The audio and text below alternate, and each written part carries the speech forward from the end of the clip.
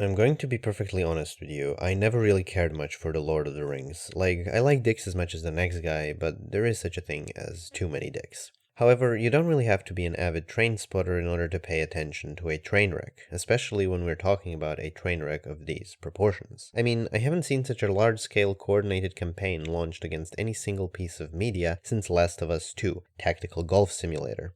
Now, as of me writing this, only the two first episodes of The Rings of Power have come out, and while usually I would harp on the fact that seeing 2 out of 8 episodes of any TV show isn't enough to accurately judge said show, the fact that Jeff's newest vanity project sucks harder than your average god thwing has been decided such a long time ago that the show's actual objective quality, whatever that means, is of little importance. It's nice to see that at least somewhere we still have a functioning democracy. Now, I'm not saying that the initial doubts many harbored for a potential Lord of the Rings prequel weren't fully warranted. After all, it is the imperative of the bourgeoisie to make money of the labor of the proletariat, and not write deep and engaging stories for us to enjoy. So it doesn't really take a super genius to figure out that the world's largest dildo distributor probably isn't the best steward for what is unarguably the greatest fantasy story of all time. However, as soon as the public got its hands on something concrete, the discourse quickly shifted from a principled opposition to the rampant monopolization of storytelling by the CEO class to a principled opposition to the emancipation of non-white people. A fantasy epic set in a prehistoric northern Europe that was explicitly described by its creator as his own attempts to create a mythology for England. Because of that, it features characters and cultures largely derived from Anglo-Saxon myths and legends, which is a diplomatic way of saying that most of the characters in it are white. 10, like this isn't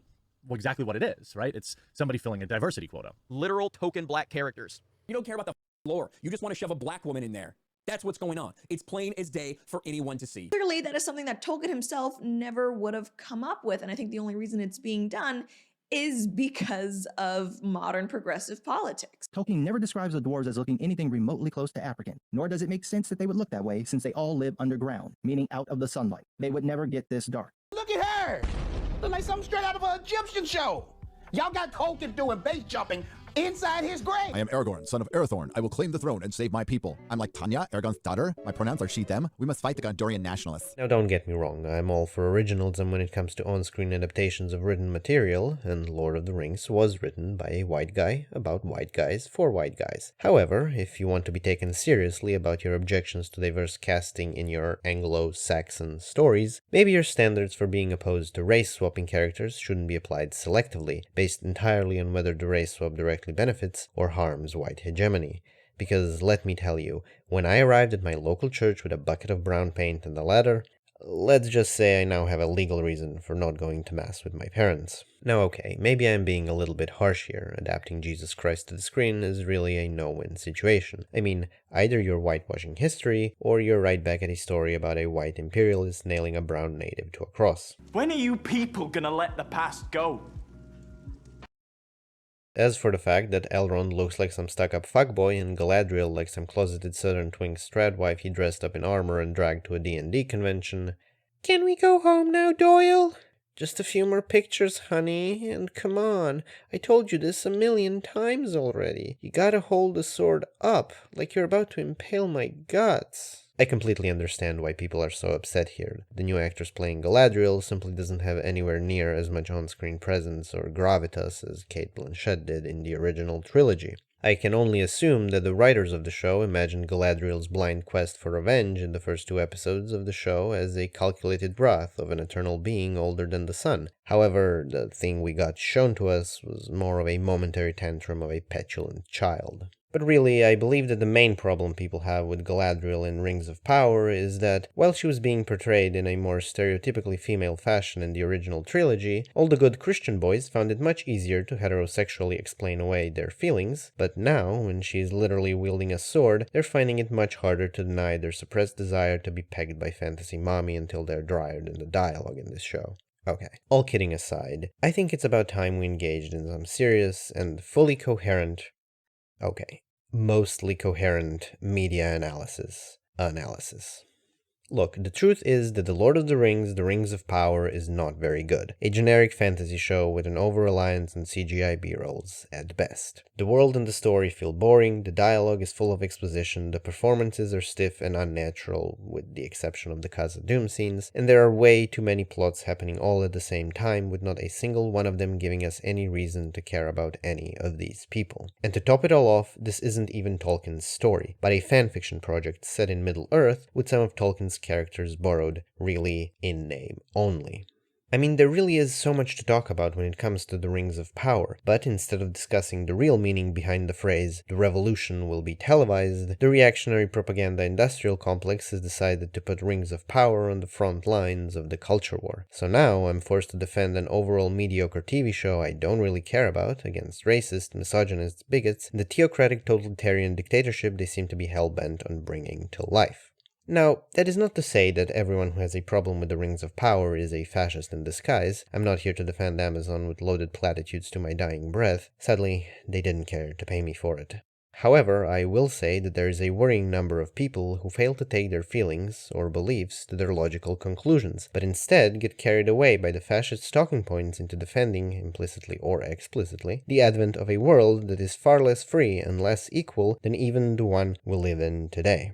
In the words of the late great George Carlin, I think we all need to slow down, take a deep breath, and acknowledge that this is all some stupid bullshit somebody fucking made up. Look, I get it. People get autistic about things sometimes. I get autistic about my things, other people get autistic about their things, and some people get autistic about Lord of the Rings. And that's perfectly fine. I actually think that choosing which stupid things somebody made up you care about is what gives life meaning. But when you start exploiting the dumb, made-up things people care about in order to keep the disempowered down, well, now we have a problem. For years at this point, pretty much since the release of Star Wars The Force Awakens in late 2015, the narrative that progressive politics are ruining entertainment has become prevalent in most mainstream parts of the internet. The reasoning being that the transgender, non-binary, gender-fluid, blue-haired lesbian Eskimos and their overlords, the cabal of Jewish, cultural Bolshevik, postmodern neo-Marxist degenerates, whew, that was close, have infiltrated Hollywood and are intent on turning the white boys gay and the white girls into men. And that their chosen tactic for achieving this noblest of goals is by making shitty movies and even worse TV shows. Makes perfect sense, I know. And now, Rings of Power is just another one in the long line of bad propaganda pieces designed to bring down Western civilization. But the fans have finally had enough of the message being shoved down their throat and ruining their traditions, their culture, and their entertainment. Isn't it weird how we're never actually discussing the contents of this message, but rather it's always, do you know this thing you like? Well, the message is destroying it. Be opposed to the message. Except it's all a lie. Dumb, made up bullshit.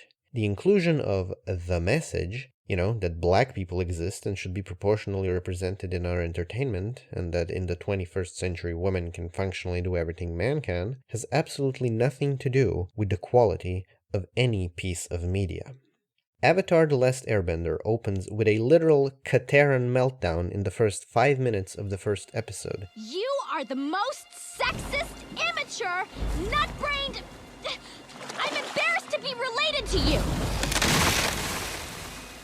Ever since Mom died, I've been doing all the work around camp while you've been off playing soldier! Katara? I even wash all the clothes! Have you ever smelled your dirty socks? Let me tell you, not pleasant!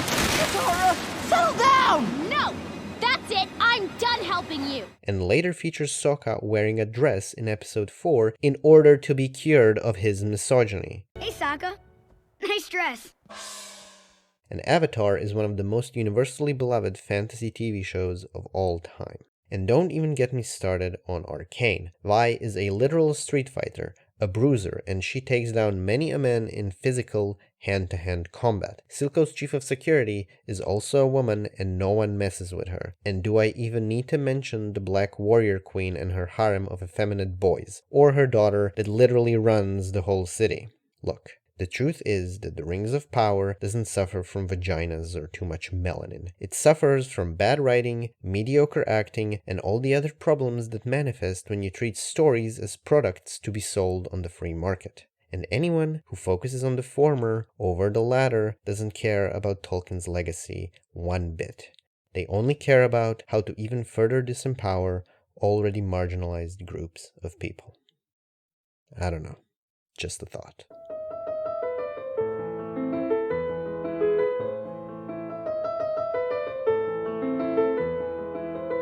You do realize this just means evil is evil and good is good, right?